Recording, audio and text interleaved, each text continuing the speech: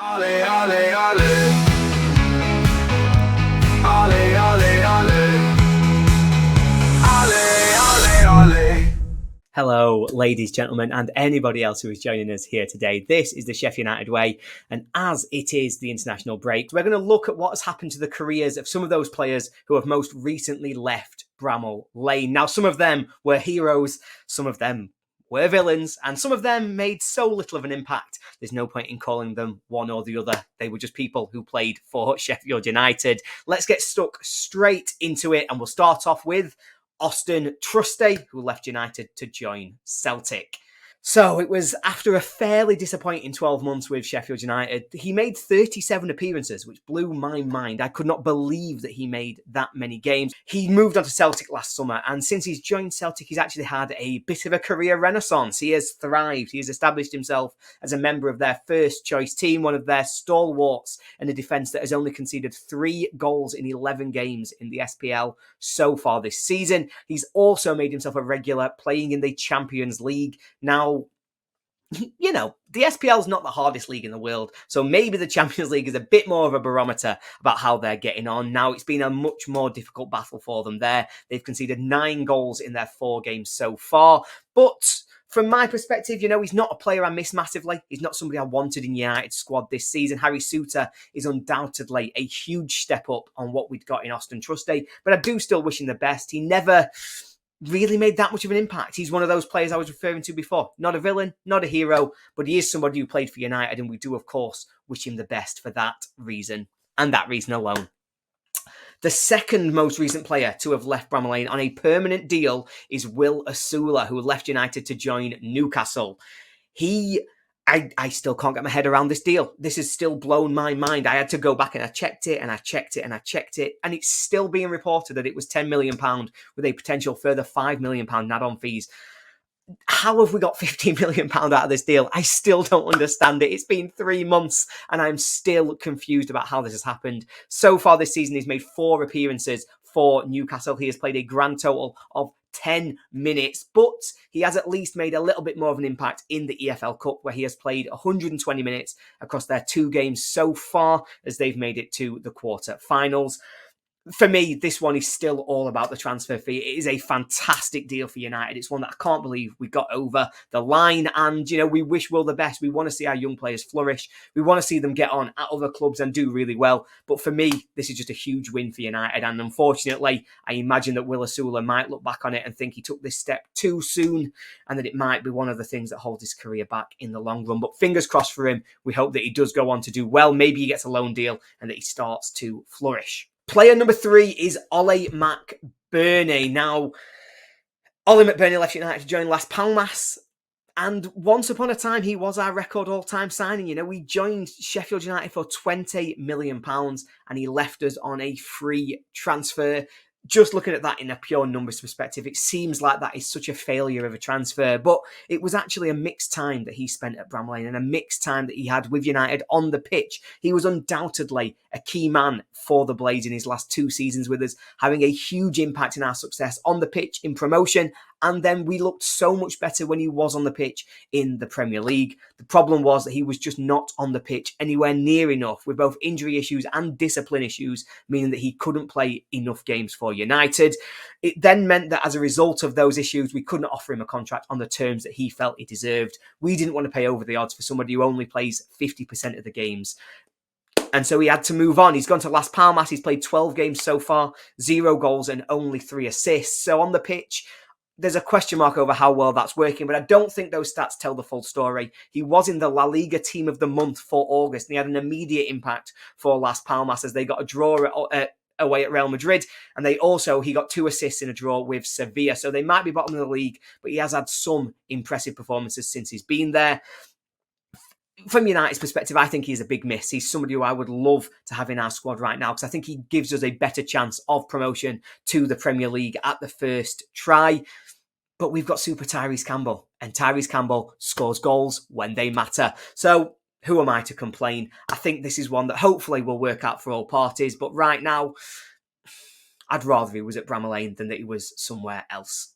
Up next, we're talking about Benny Traore, who joined FC Basel. Now, 𝗍𝗍 Traore was an interesting signing for United. He only made 9 appearances for the Blades, and they were all under Paul Heckingbottom when he was leading the club at the start of that Premier League season. He then went on loan to Nantes in France for the second half of that year, and then this summer, as I say, went to FC Basel on a permanent deal. He has actually had a fantastic start to the season since joining Basel. He's got 6 goals, he's got 3 assists in 13 games so far, and for such a diminutive little fella, he is absolutely standing out. I've got a friend, Matt, who loves 𝗍𝗍 Traore. He is forever sending me clips and reels of him on Instagram, showing me how well he's playing and that we should have kept him for our team in the Championship.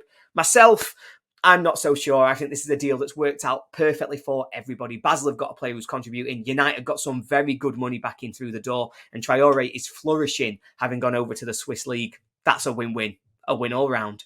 Jayden Bogle next. Jayden Bogle left United to join Leeds United after playing over 100 games for the Blades. He was part of a fantastic promotion, a fantastic run to the FA Cup semi-final. And I think a lot of us really felt that he could establish himself as a long-term legend for United. There was really a chance there for him. He joined us young. He played a lot of games. He'd had a lot of success. If he'd stuck around, he really could have been somebody who built his career around being a star man for Sheffield United. He did establish himself towards last season. He was our first choice in the Premier League, and he was the first choice right back for the last couple of seasons, really. However, his contract was coming up and he decided he wanted a change. He'd made it clear he wasn't going to sign a new deal, and therefore we took the money as we could get it. We let him move on and we let him join Leeds in the summer. So he currently sits 2 points, 1 place behind United, outside the promotion places in the Championship. 𝗍𝗍 for the win. Cameron Archer rejoined Aston Villa after leaving United. It was basically a loan deal that had brought him to Bramall Lane in the first place. He came to United for what was being reported as a big fee. He then left, going back to Aston Villa for basically exactly the same fee. After going back to Villa, they sold him on immediately once again. It's clear he didn't have a future at Villa Park. He joined Southampton for a reported £15 million.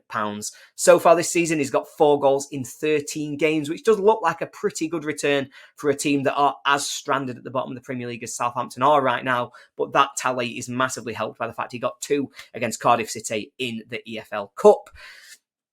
I don't want to say that Cameron Archer's a jinx. It's probably not his fault, but that's another club that he's gone to that are just completely marooned at the bottom of the Premier League. And, you know, maybe he would have been better served by staying with United. He would do a job for us. I think we would be a better team if Cameron Archer was playing. I think he would probably feel a lot better about himself playing in a promotion-chasing team in the Championship where he's scoring goals and contributing. But we couldn't compete with the money. We can't compete with the money Southampton have paid. We needed to get that big fee in so that we could rebuild our club. So once again, this is a deal that works, well, at the very least, works for United. Whether it works for everybody else, yet to be seen. Up next, Dan Jebison joined Bournemouth. Now, Jebison left United after basically being injured for the majority of time that he had been at Bramall Lane. He played 35 times for the Blades, scoring 3 goals, but most of those are off the bench when he was either recovering from or just about to be injured once again. Bournemouth immediately moved him out to Watford, where Watford have had a good start to the season. They were predicted to be down the bottom. We thought they might be in a relegation strap. They're 6th. They've had a fantastic start to the season, but Jebison himself has barely featured. He's only made 2 starts. The majority of games have come off the bench, and he's got more bookings than he has goal contributions, and that maybe sums up where he's at right now in his career. I think this is one where it probably worked for the best in the summer, where all parties wanted to have that break and that fresh start. But looking back on it now with hindsight, Jebison would surely have had better opportunities by staying at Bramall Lane rather than moving on and trying to find greener pastures elsewhere. Wesley Foderingham joined West Ham.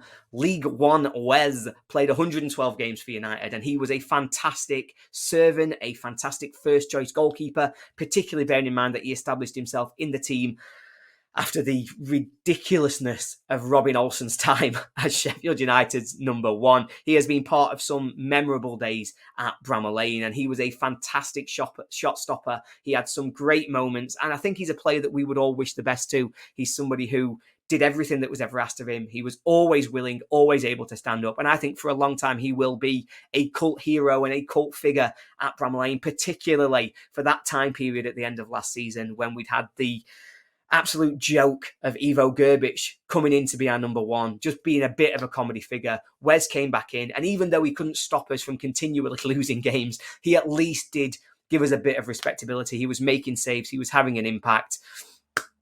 And I have to say that I really respected him for his time at United. He's gone now to West Ham, where basically he's gone to get paid. He's going to be a third choice goalkeeper. He's not going to play much football, but maybe that works for him. And I just wish him all the best with everything that comes with it. From United's perspective, we've got Michael Cooper. We've upgraded. We're in a much better place now. And I think, again, a deal that works for everyone. Ben Osborne left United to join boyhood club Derby County in the summer, and I wish him all the best with that. I loved Ben Osborne for his time at Bramall Lane, for his commitment, for the work ethic, and to be honest, all around, he just seemed like a really top bloke. So now that he's gone to Derby, their fans seem to really like him. They talk about how great he is on the pitch, that he's having an impact for them in their tactics, that he actually looks like a star player playing in their team. And I just wish him all the best with that. I think that's another one where it just feels like this is a happy ending for Ben Osborne, and it works out for United and works out for Derby. So a deal all round that seems to be smiles for all. Next, we come to Max Lowe, who left to join Sheffield Wednesday. Max left United, and let's be honest, he downgraded. He downgraded massively to a club who, in their own words, can't even dream about trying to compete with United. They've got so much money, and they're so far ahead off the pitch that only beating Max's current employers 1-0 without letting them have a single shot on target should be something that we're embarrassed about. Need we say any more? John Egan joined Burnley. I'm gutted about this one because injuries sadly brought John Egan's time at Bramall Lane to a really unsatisfying end, because he was a club legend. He'd been around for 223 appearances and was almost an ever-present for United throughout the majority of time at the club. And then this injuries hit, and we just weren't able to have confidence that he'd ever get back to his best and that he would get back to full fitness. And that's ultimately why he ended up departing and leaving the club over the summer. Was there still a role for him? I think there probably was. I think he would have had to be a backup because 𝗲𝗲 𝗚𝗿 looks an outstanding player, and he's definitely a man who stands out at this level. So he would be ahead of Egan in the pecking order. But for such a servant, for the club captain, for what he could have brought to the dressing room, I do think there would always be a place for Egan at Bramall Lane. However, on the pitch, it's clear that maybe this was the right decision. He's joined Burnley and he's only made one appearance so far. He's yet to prove that he can get back to his best, and he's yet to shake off the injury that plagued him for much of last season. So it does feel like this is one that has worked out for the club, but I hope to see Egan back to his best before too long. Ole Norwood joined Stockport, another club legend who left United over the summer. Norwood again made around 228 appearances, I think it was, for United during his time with the club. And I think he's another one who will be remembered as an ultimate club legend. He was somebody who was a fantastic servant, who was almost ever present. He was never injured. He very rarely missed games through suspension. He was just one of those players who could be relied on as Mr. Consistency in our midfield. Ultimately, as time has caught up with him, the club had outgrown him a little bit. During our season in the Premier League, he was getting caught on the ball. He'd struggled losing his place to Tommy Doyle during our time in the promotion from the Championship. So it was the right time for a break. But Norwood will always be a legend at Bramall Lane. He joined his boyhood club Stockport on a free transfer. He's made 14 appearances so far this season. And that is very impressive for a club who have just come out of League Two and are now pushing for promotion from League One. They sit sixth currently. They're in the playoffs. And before we know it, they might be a Championship club once again. I think they've got a good omen because in Ole Norwood, they've got a promotion specialist. He got 2 at Bramall Lane. I think he got 2 in the 2 seasons he'd spent in the EFL before that. Maybe he's on for another one, and we wish him all the best. What a guy. 𝗍𝗫 is now at Watford. He actually left United. He was on loan from Troyes. He returned to Troyes, who immediately sent him straight back out on loan. He's spending the season with Watford, and their fans seem to like him. He never made much of an impact at United. He struggled after his first game where he cost us a point against Manchester City, and he never really won us back around after that. But at Watford, he's been really well received. He's landed so much more effectively than Jefferson has so far. He's got 3 assists going down that left wing. And as I say, in a team that are impressing, that are doing much better than their pre-season expectations, he really does seem to have found somewhere that appreciates his talents and where they can get the most out of him. I don't think he's missed at Bramall Lane. Jayden Amissa still doesn't have a club. Jayden Amissa came through the academy at Bramall Lane, came through the academy with United, but unfortunately, he was never able to take that step to being a first-choice goalkeeper, to be a keeper who was even a massive part of the first team. He's currently still on the lookout for a new club. We know that he's been at FA training camps over the summer. He's trying to keep himself fit, trying to keep himself in and around the game, and he's really going out for that search for a new team. Whenever he played for United, whenever he played for our under-21s, I was always impressed. I always thought he looked like he had something, and so we wish him all the best. We want to see our youngsters shine. We want to see him kick on, find a club in the EFL, and really establish himself as a number one with a career in the game. Good luck, Jordan. We are actually all out there rooting for you. And finally, we come to Ben Brereton Diaz, who joined Southampton. They told us, they tell us every year, they tell us time and time and time again, never fall in love with a lone player. And yet, we all fell for it, didn't we? A man who gave us something to believe in during our last season in the Premier League. Look, it was only 16 games. No, we didn't win any of those 16 games.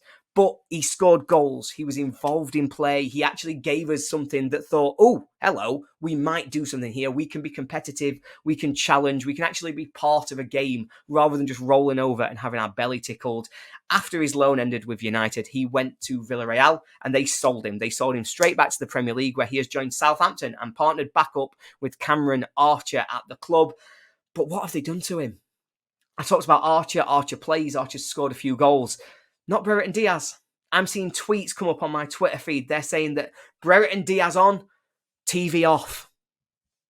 He's sat on the bench. He's not being able to get ahead of Cameron Archer, despite the fact that we saw last season how much more impactful he can be when he's able to get on the pitch. I'm watching him flounder in a team that is still stranded at the bottom of the Premier League. And all I can say is, come on, Ben. Come back to us. January looms large in the future. If United can get the new owners, if that's a thing that ever happens, even if we can't, if we can get some money together, he's not in favour at Southampton. He needs a pick-me-up.